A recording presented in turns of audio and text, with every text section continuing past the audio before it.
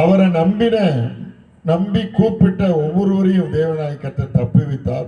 வெட்கப்படாம பாதுகாத்து கொண்டார். ஹல்லேலூயா, ஹல்லேலூயா. நான் ஊழியத்துக்கு வந்த புதுசுல ஒரு சின்ன தம்பி என்னிடத்தில் வந்து கேட்டான், அண்ணா உங்களுக்கு எத்தனை கை இருக்குன்னு கேட்டான். நான் சொன்னேன் 2 கை இருக்கு அப்படின்னு. வலக்கை ஒன்று இருக்கு, இடக்கை இருக்கு அப்படின்னா. 3வது கை ஒன்று உங்களுக்கு இருக்கு தெரியுமா அப்படின்னு கேட்டேன். 3வது கை என்னப்பா அது தெரியலையப்பா அப்படின்னு. ஒரு குழு கொடுக்கேண்ணா, என்ன உங்களுக்கு வயசானோன்னு வரும் அப்படின்னா. என்னதுடா?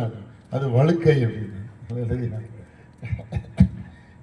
என்னடா சின்ன பையன் இப்படி நம்மளை சொல்லிட்டானுங்க. இங்க வா, உன் வாழ்க்கையில நீ முன்னேறணும்னா 4வது ஒரு கை இருக்கு, அதை பிடிக்கணும் தெரியுமா அப்படின்னு. என்ன கைன்னு? அதுதான் கர்த்தர் மேல் வைக்கிற நம்பிக்கை. ஹல்லேலூயா. சொல்லிட்டு நான் வந்து இந்த மாதிரி ஒரு கன்வென்ஷன் கூட்டம் முடிச்சு நிறைய பேர் வந்து ஜெபம் பண்ணாங்க. அப்போ ஆண்டவர்கிட்ட கேட்டேன், இசப்பா இவ்வளோ நம்பிக்கை வச்சுருக்காங்க, இவங்களை பார்த்தீங்கன்னா இவ்வளோ பிரச்சனையோடு இருக்கிறாங்களே, இவ்வளோ போராட்டத்தோடு இருக்கிறாங்களே, ஏன் ஆண்டவரே இவங்களுக்கு இவ்வளோ கண்ணீர், இவ்வளோ பிரச்சனை, இவ்வளோ போராட்டம் அப்படின்னு சொல்லிட்டு நான் வந்து சொல்லிட்டு இருந்தேன். ஹல்லேலூயா. அப்போ ஆண்டவர் சொன்னார், எப்பா இவங்க 5வது ஒரு கையை நம்பிக்கிட்டு இருக்காங்க, அதனால தான் இவங்களுக்கு இவ்வளோ போராட்டம் அப்படின்னு. 5வது கையை அது என்ன ஆண்டவர்? இவங்க வைத்திருக்கிற மூட நம்பிக்கை அப்படின்னு. ஹல்லேலூயா. இவங்க வச்சிருக்கிற மூட நம்பிக்கை. இன்னைக்கும் அவங்க என்ன செய்தாங்க? மூட நம்பிக்கையோடு தான் நிறைய பேர் இருக்கிறாங்க. மூட நம்பிக்கையோடு தான் நிறைய பேர் இருக்கிறாங்க. ஹல்லேலூயா. நான் ஒரு கிராமத்திற்கு இந்த லெந்து காலத்தில் தான் பெருப்பிரசங்கம் பண்ணுறதுக்காண்டி என்னை அழைச்சிருந்தாங்க. அப்போ அந்த கிராமத்துக்கு நான் போயிருக்கும் பொழுது அந்த ஒரு தெருவில் கொண்டு வச்சு ஸ்பீக்கர் எல்லாம் வச்சு மாட்டியாச்சு. அப்போ நான் நின்ன உடனே நான் கேட்டேன், இங்கே எல்லாமே கிறிஸ்தவங்க தான் இருக்காங்களா, வேறு யாரும் இருக்காங்களா அப்படின்னு கேட்டேன். இல்லை பிரதர், எல்லாமே நம்ம ஆளுக்க தான், எல்லாமே கிறிஸ்தவங்க தான், வேற மக்களே கிடையாது அப்படின்னு. அப்படியானே சரிண்ணே அப்படின்னு சொல்லிட்டு, அப்போ என்னென்ன எல்லா வீட்லேயும் வாசலில் பார்த்தீங்கன்னா வேப்பலையாக கட்டியிருக்கேன், அது என்ன விஷயம் அப்படின்னு கேட்டேன். ஹல்லேலூயா. அப்போ ஏன்னா உங்களுக்கு மேட்ரு தெரியாதா அப்படின்னு. என்னையா மேட்ரு அப்படின்னு. ஏன்னா ஒரு அம்மாவும் பிள்ளையும் வீடு வீடாக வந்து தண்ணி கேட்க வராங்கன்னு. அவங்க எந்த வீட்டில் வந்து தண்ணி கேட்காங்களோ அந்த வீட்டில் ஏதாவது ஒரு துக்ககரமான செய்தி நடந்து போகணும். அப்படியா, சரி. அப்போ அதுக்கு என்னையா வேப்பலை எதுக்கே வச்சிருக்கீரு அப்படின்னு கேட்டான்.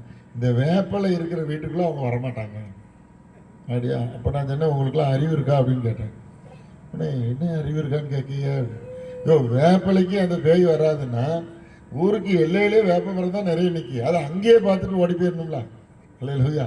அதை அங்கேயே பார்த்துட்டு ஓடி போயிடணும்ல. ஆனால் நீங்கள் என்னையா அந்த வேப்பம் இதெல்லாம் விட்டுட்டு இங்கே உள்ள ஒடிச்சு வச்ச வேப்பத்தை பார்த்துட்டு உங்களுக்கு போதும் அப்படின்னு நான் கேட்டேன். ஒரு இல்லையா, அப்படி தான் எல்லாம் சொல்லிக்கிட்டாங்க. அது நான் உங்கள் நம்பிக்கை ஆண்டவர் மேலே இருந்தால் இந்த மாதிரியான காரியத்தை நீங்கள் என்ன செய்யக்கூடாது, நம்ப கூடாது. ஹல்லேலூயா. நம்ம நம்பிக்கை யார் மேலே இருக்கணும்? ஆண்டவராகிய இயேசு கிறிஸ்துவின் மீது இருக்க வேண்டும். ஹல்லேலூயா, ஹல்லேலூயா. அப்புறம் அப்போ அந்த நாட்களில் என் ஃப்ரெண்டு ஒருத்தருக்கு கல்யாணம் ஆகி ஒரு குழந்தை பிறந்துச்சு. அப்போ அந்த குழந்தைய பார்க்கறதுக்கு நான் போயிருந்தேன். போனால் பக்கத்தில் ஒரு அருவாளை போட்டு வச்சுருக்கான். இல்லை ஏமில் அருவாளை போட்டு வச்சுருக்கேன். பிள்ளை என்ன செஞ்சிடும், கையில் பட்டுருச்சுன்னா அது என்ன செஞ்சிடும், வெட்டிடும். நீ எடுத்து துறை போடு. துறை போட்டுறாதான், இங்கிட்டு ஒரு கிளவி இருக்குது, ஒன்றையும் போடும். இந்த இதை வந்து என்ன செய்யணும், கண்டிப்பாக போடணும். எதுக்குள்ள போடணும்? அது காற்று கருப்பு எது பேகி வந்துச்சுன்னா இந்த இரும்பை பார்த்துட்டு அதை இணைச்சிட்டுருமா, ஓடி போயிடணும். அப்போ நான் சொன்னேன், படித்த முட்டா பேல உனக்கு அறிவு இருக்கா அப்படின்னு. என்ன இப்படி கேட்க அப்படின்னா, ஏடா இந்த இரும்புக்கு பேய் போகும் அப்படின்னா உன் வீட்டு கேட்டு என்னது, உன் வீட்டு ஜன்னல் என்னது? சரி, இந்த ஈபியில் போகிற இந்த இதில் வந்துட்டு அதில் என்ன இருக்குது, இரும்பு இருக்குது. ஹல்லேலூயா. அந்த இரும்பெல்லாம் தாண்டி வீட்டில் உள்ள கேட்டை தாண்டி உன்னுடைய ஜன்னலை தாண்டி இந்த இரும்பை பார்த்தோன்னு அது ஓடுதோ, அது தவறு. ஹல்லேலூயா. உனக்கு இருக்கிற மூட நம்பிக்கை இது தவறான ஒரு காரியம். ஹல்லேலூயா. அப்போ இன்னைக்கு பலவிதமான மூட நம்பிக்கை. அது ஏன் அந்த அருவாளை போட்டாங்க அப்படின்னா அதுக்கு வேற ரீசன்ஸ் வந்து இருக்குது. ஹல்லேலூயா. அன்னைக்கு கூறு இல்லாமல் இருந்திருப்பாங்க. இந்த கத்தி இடி கிடந்துன்னா பிள்ளைய ஒழுங்காக வந்து அப்பப்போ வந்து என்ன செய்வாங்க, பார்த்துக்கிடுவாங்க. அப்படிங்கிறதுக்காண்டி அந்த கூறு இல்லாமல் இருக்கிற அம்மாவுக்காக அதை என்ன செய்யுங்க, அதை போடுங்கன்னு சொல்லியிருக்கலாம். இப்படி பல காரணங்கள் இருக்கலாம். ஹல்லேலூயா. ஒரு மூட நம்பிக்கை. இன்னைக்கு சிலர் பார்த்தீங்க அப்படின்னா, கிறிஸ்டின்ஸே நான் பார்க்குற இடத்துல பார்த்தீங்கன்னா, அவங்க சூடத்தை குளிச்சு வெளியில் வச்சு இது பண்ணாங்க. இப்போ ஏன் அப்படின்னு சொல்லி கேட்டேன். இது எதுக்காக இது வந்து தெரியுமா அப்படின்னு கேட்டேன். அவங்க இல்லை, எல்லாரும் கொளுத்துறாங்க, நாங்களும் கொளுத்துறோம். அப்படி கிடையாது. ஆதி நாட்களில் நமக்கு வந்து கரண்ட் கிடையாது, எல்லாமே லைட்டு விளக்கு தான். அது எதுக்கு பயன்படுத்தணும்? சூடத்தை கொளுத்தி வச்சிங்கன்னா எரிஞ்சிட்டே இருக்கும். இப்போ கதவை அடைக்கணும்னா ஒரு கடைக்காரன் எல்லாரும் லைட்டையும் ஆஃப் பண்ணிவிட்டு கதவை பூட்டுறதுக்காண்டி அவங்க என்ன செய்வாங்க, ஒரு 4 சூடத்தை வச்சு அதில் எரிச்சு விட்டாங்கன்னா அந்த தீ எரியும். அந்த வெளிச்சத்தில் அவங்க என்ன செய்வாங்க, கடையை அடைச்சி அதை பூட்டுவாங்க. அதுக்கு தான் அதை பயன்படுத்தினாங்க. ஹல்லேலூயா, ஹல்லேலூயா. காலப்போக்கில் அது என்ன ஆகி போச்சுன்னா, அது மூட நம்பிக்கையாக என்ன செஞ்சிச்சு, அது வந்துருச்சு. அதுதான் அது ஒரிஜினல். இது நான் சொல்கிறேன், சரிங்களா?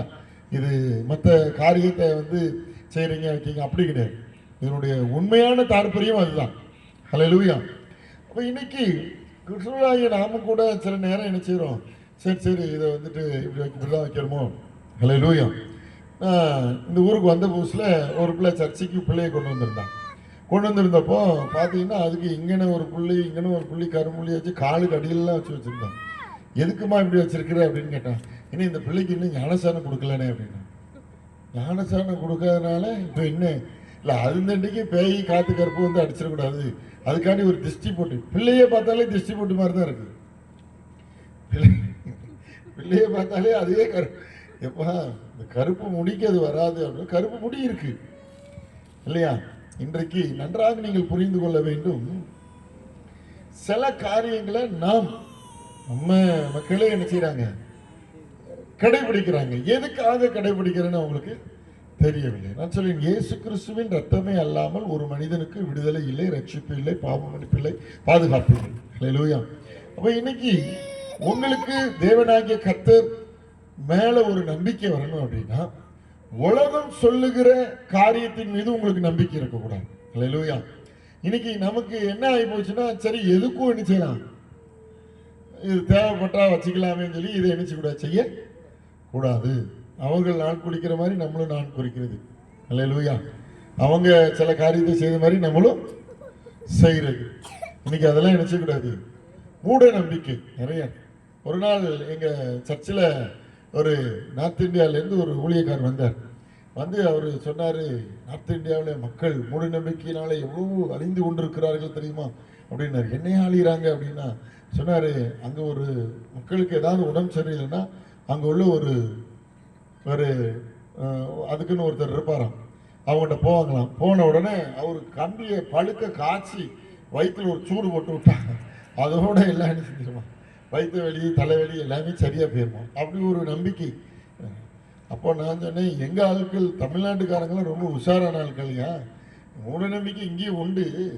ஆனால் அவங்க வந்து இந்த சூடெல்லாம் போட விட மாட்டாங்க. இங்கே என்னையா செய்வாங்க, இங்கே வயிற்று வலிக்குன்னா என்ன செய்வாங்க அப்படின்னா, ஒரு செம்பில் ஒரு தீயை ஏதோ சுற்றி அந்த செம்புக்குள்ளே போட்டு அந்த தலையை சுற்றி 3 வாட்டி துப்பி ஒரு தட்டுக்குள்ளே வச்சு ரோட்டில் கொண்டு ஊற்றிட்டு வந்துடுவாங்க. அப்போ